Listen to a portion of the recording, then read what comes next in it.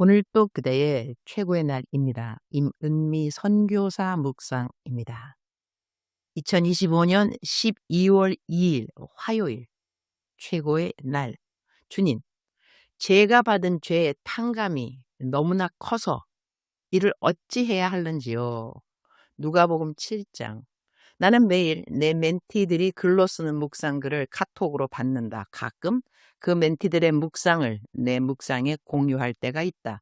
오늘은 중학교에서 학생들을 열심히 전도하고 있는 교사 정가원 쌤의 묵상을 조금 줄여서 올려본다.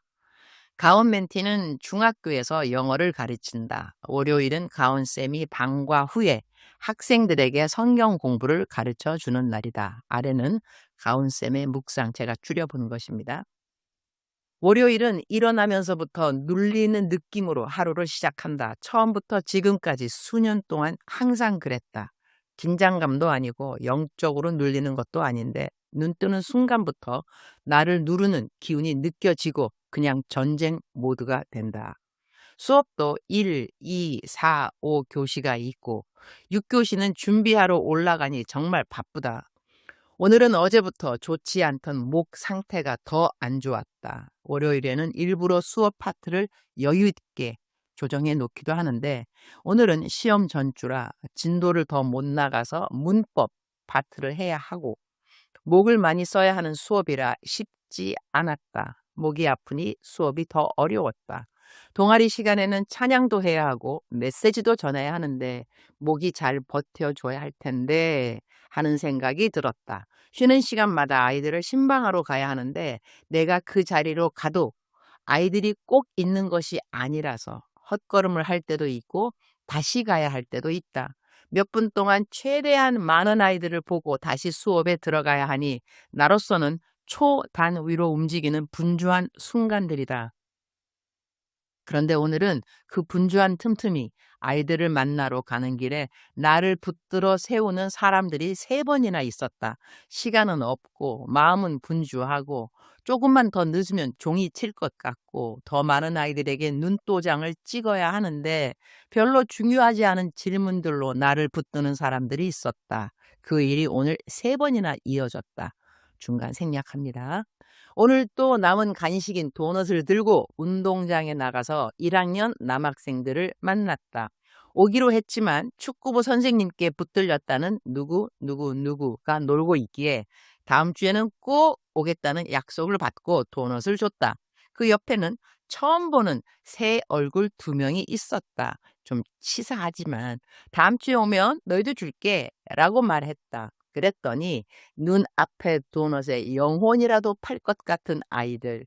이 아이들이 영혼을 파는 대신 도넛도 먹고 영혼도 살리고 도넛이 윤기가 반들반들해서 정말 유혹적이었고 큰일 했다 싶은 마음이 들었다. 그런데 보니 동아리 끝나고 나서 목 상태가 또 좋아졌다. 이런 적이 몇 번 있어서 참 신기하다. 스피커 사역할 때 이런 일이 자주 있었다. 계속 나오던 기침이 멎곤 했다.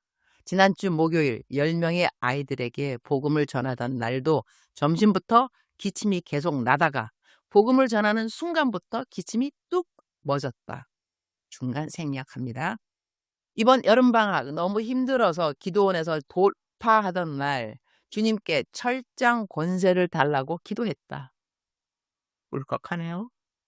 이방 나라를 이업으로 주시고 땅 끝까지 소유를 주시는 하나님께 마음껏 구해본다. 계속 하나님 나라가 확장되기를 소망한다.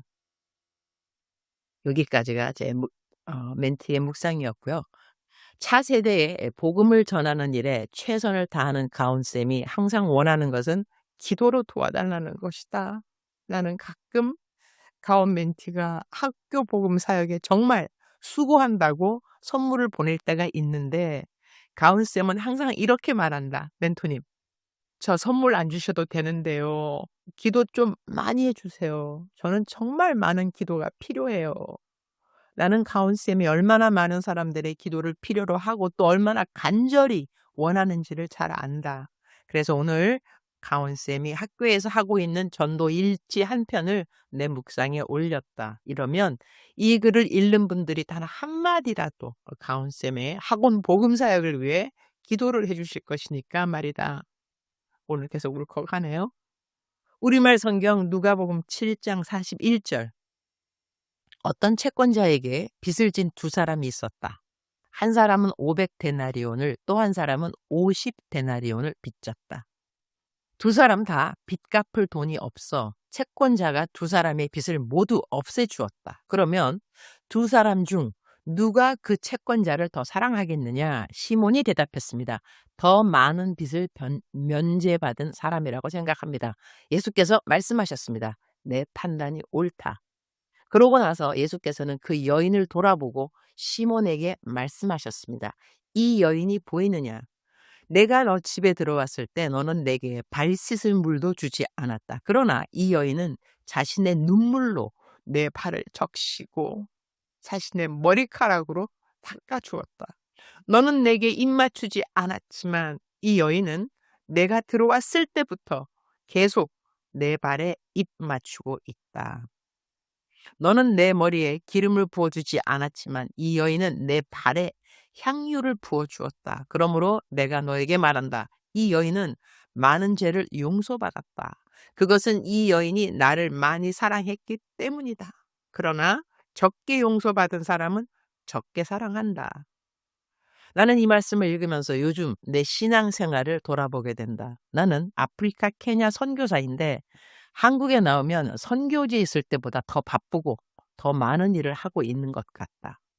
선교지에서는 선교 헌금으로 구제가 필요한 사람들을 돕고 내가 개척한 내 교회의 필요를 살피는 일이 주된 사역이다. 하지만 한국에 오면 상담 요청이 많고 설교도 여러 곳에서 해야 하고 기도를 받고 싶다는 분들도 많다. 카톡으로 오는 상담과 기도 부탁은 말할 것도 없다. 하루 동안 받는 메시지 숫자를 알면 아마 많은 사람이 놀랄 것이다. 아침 큐티 시간에는 오늘 또 최고의 날입니다. 라고 고백하며 감사를 드리지만 막상 하루의 스케줄을 보면 왜 내가 이 일을 해야 하지? 왜 사람들은 이런 것까지 나에게 부탁을 하지? 라는 생각이 들 때도 있다. 그러나 오늘 묵상한 이 말씀이 내가 어떠한 태도를 가져야 하는가를 가르쳐 주셔서 감사하다. 내가 해야 하는 모든 일들은 결코 내가 모든 일을 잘 해서가 아니라 내가 더 큰 죄를 용서받은 사람이라는 사실이라는 것이다. 내가 진 모든 죄의 값을 받지 않게 된 은혜가 너무 크기에 당연히 더 많이 수고해야 하는 것이 아닐까? 바울이 나의 나 된 것은 하나님의 은혜라고 고백하며 다른 사도들보다 더 많이 수고했다고 말한 것도 같은 맥락이 아닌가 한다. 바울은 나이가 젊었을 때는 사도 중에서 가장 작은 자라고 했고 스스로를 더 성숙했을 때는 성도 중에서 가장 작은 자라고 고백했고 생애 마지막에는 죄인 중에 괴수라고 고백했다. 그가 나이가 들수록 죄를 더 많이 지어서가 아니라 죄에 대한 민감함이 깊어졌기 때문일 것이다. 그리고 하나님을 사랑하면 사랑할수록 그의 모든 죄를 사하여 주신 은혜에 대한 감사가 더욱 짙어졌기 때문일 것이다. 그래서 그는 누구보다 많은 사역을 하면서 그 어느 일에도 왜 내가 이 일을 해야 하는 거야? 라는 말을 한 적이 없었던 것은 아닐까? 그런 생각을 해본다. 그는 그가 해야 하는 모든 일들의 무게보다는 그가 받은 죄의 사함의 크기에 더 감동하면서 사역을 한 사역자는 아니었을까? 그런 생각도 하게 된다. 나는 어때야 할까? 혹시 내가 다른 사역자들보다 더 바쁘고 더 많은 부탁을 받고 더 많은 재정을 흘려 보내고 더 많은 일을 감당하고 있다 할지라도 나에게 이렇게 섬길 수 있는 기회를 주신 주님이 매일같이 더더욱 고마워져야 하는 것이 아닐까?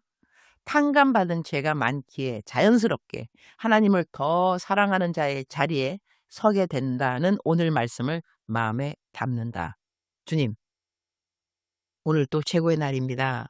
주님, 오늘의 묵상의 말씀으로 제가 어떻게 맡은 사역을 감당해야 하는지 다시 깨닫게 해주셔서 감사합니다. 제가 감당하는 모든 사역이 제 힘이 아니라 은혜로 주어진 것임을 잊지 않게 하여 주옵소서.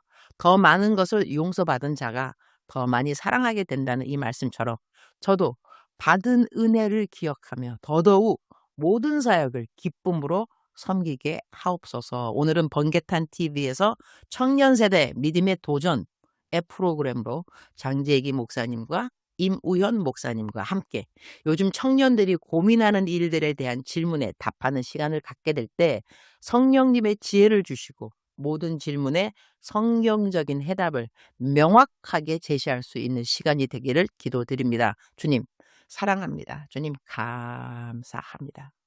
오늘 또 우리 주님 저를 보시면서 하루 종일 기쁨을 넘어서 감동을 받으시면 참 좋겠습니다. 외우면 좋은 말씀 누가복음 7장 47절 이러므로 내가 내게 말하노니 그의 많은 죄가 사하여 졌도다. 이는 그의 사랑함이 많음이라. 사랑하는 그대여 사랑하는 그대여 출석 부르고 있습니다. 대답하셨나요? 어저께 어떤 분이 저한테 댓글을 보내주시기를 아침에 너무나 우울하고 힘이 없었는데 내 목소리를 들으면서 오늘 또 최고의 날입니다 하는 그 목소리와 함께 새 힘을 공급받을 수 있었다고 너무 감사하다고 저한테 감사톡을 보내왔습니다. 오늘 혹시 그대들 가운데 어제 일로 마음이 상심하고 좌절되고 낙담되고 또 누군가가 원망스럽기까지 하고 그러한 분이 혹시 있다고 한다면 오늘 이 시간에 사랑하는 그대여 새 힘으로 충전받는 시간 되기를 축복합니다. 성경은 오직 여호와를 앙망하는 자는 새 힘을 얻는다고 말씀하셨습니다. 오직이란 말을 꼭 기억했으면 좋겠습니다.